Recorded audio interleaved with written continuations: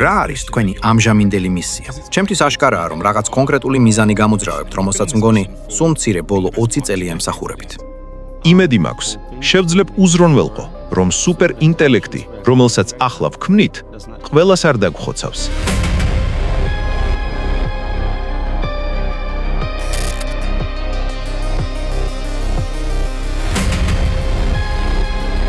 დადგება დღე, როცა AI შეძლებს გააკეთოს ყველაფერი, რისი გაკეთებაც ჩვენ შეგვიძლია.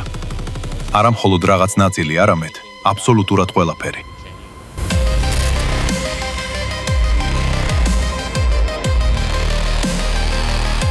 ჩვენ მას ვერ შევაჩერებთ. ის ხომ ჩვენზე ჭკვიანია. გამორიცხულია ხელი შეუშალოთ, თუ კი მას ჩვენი თავიდან მოშორება მოუნდება.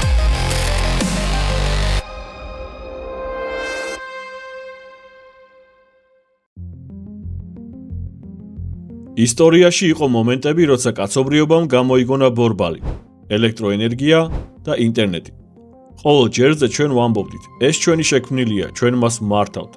დღესაც იგივეს ვამბობთ ხელოვნურ ინტელექტზე. მაგრამ ამჯერად ისტორიაში პირველად ჩვენ შევქმნით რაღაც, რასაც მართვის პულტი არ გააჩნია.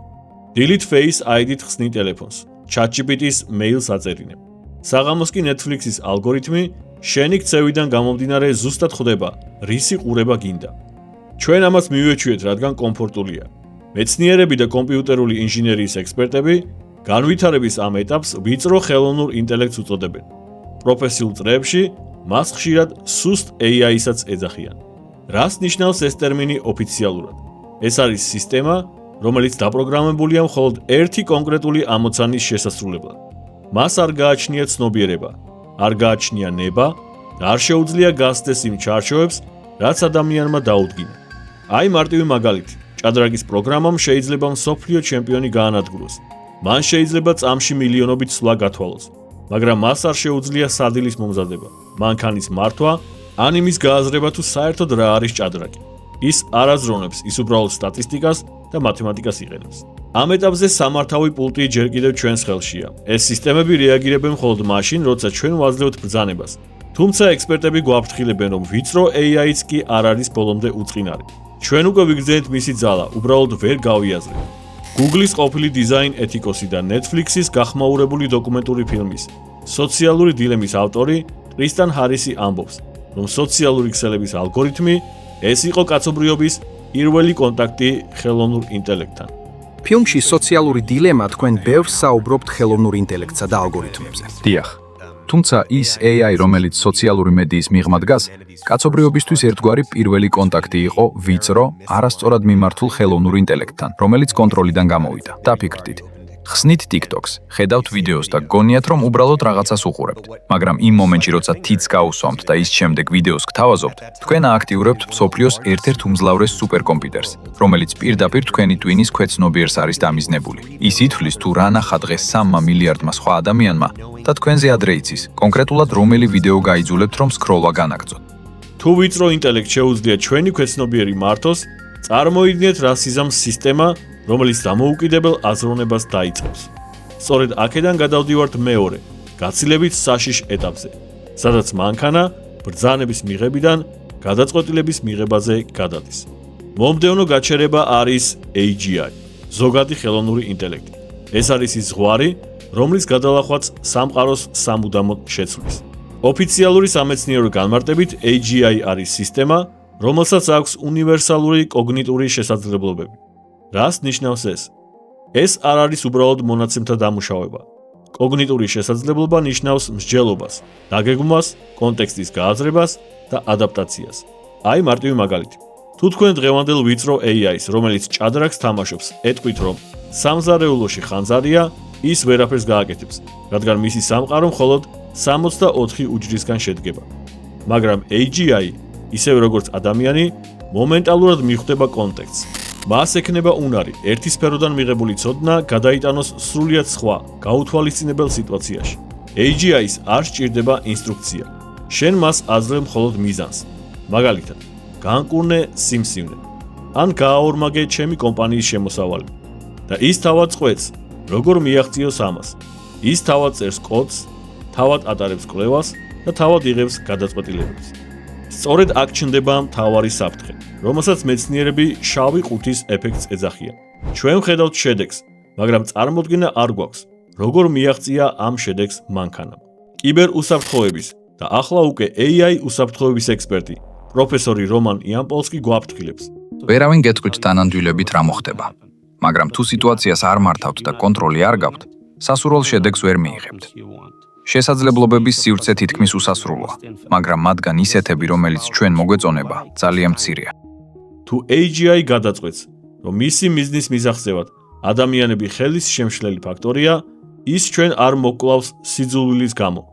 ის მოგვიშორებს ისე, როგორც ჩვენ ვიშორებთ ჭიანჭველებს, როდესაც მაგალითად გზას ვაგებთ. ჩვენ ქმნით გონებას, რომელსაც არ აქვს ჩვენი მორალი, მაგრამ არის ჩვენზე ჭკვიანი და აქვს ჩვენზე დიდი ძალა. ეს თუ ასეთი საშიშია, მაშინ ჩნდება ლოგიკური კითხვა.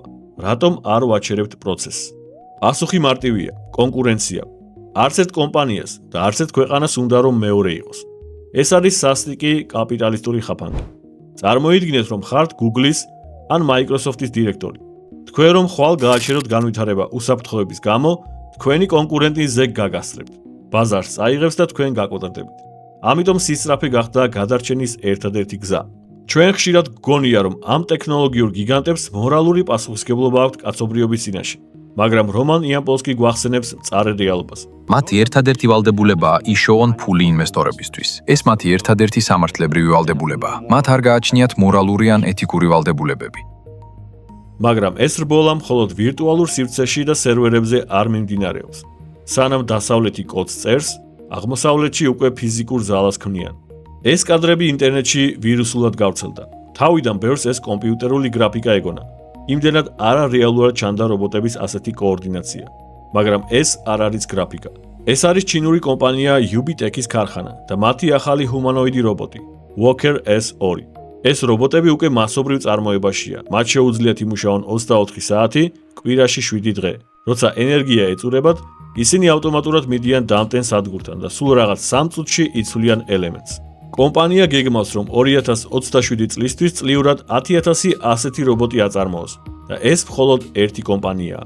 ჩინეთში უკვე 140 საათზე მეტი მსგავსი საწარმოა. ავტომატიზაცია უკვე გასცდა ქარხნის კედლებს და ღია ცის ქვეშ გიგანტურ მასშტაბებს იღებს. ეს შანხაის პორტია, სოფლიოში ერთ-ერთი ყველაზე დიდი და დატვირთული ლოჯისტიკური ცენტრი. დააკვირდით ამ სატვირთო მანქანებს. ერთი შეხედვით ჩვეულებრივი სატვირთოებია, მაგრამ საქმე იმაშია, რომ ამ მანქანების კაბინებში არავინ ზის. ეს არის სრულად ავტომატიზებული სისტემა.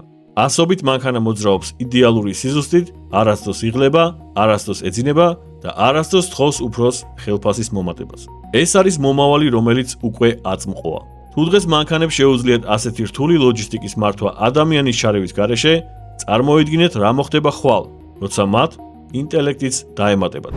ტრისტან ჰარისი ხაზს უსვამს ერთ ფაქტს.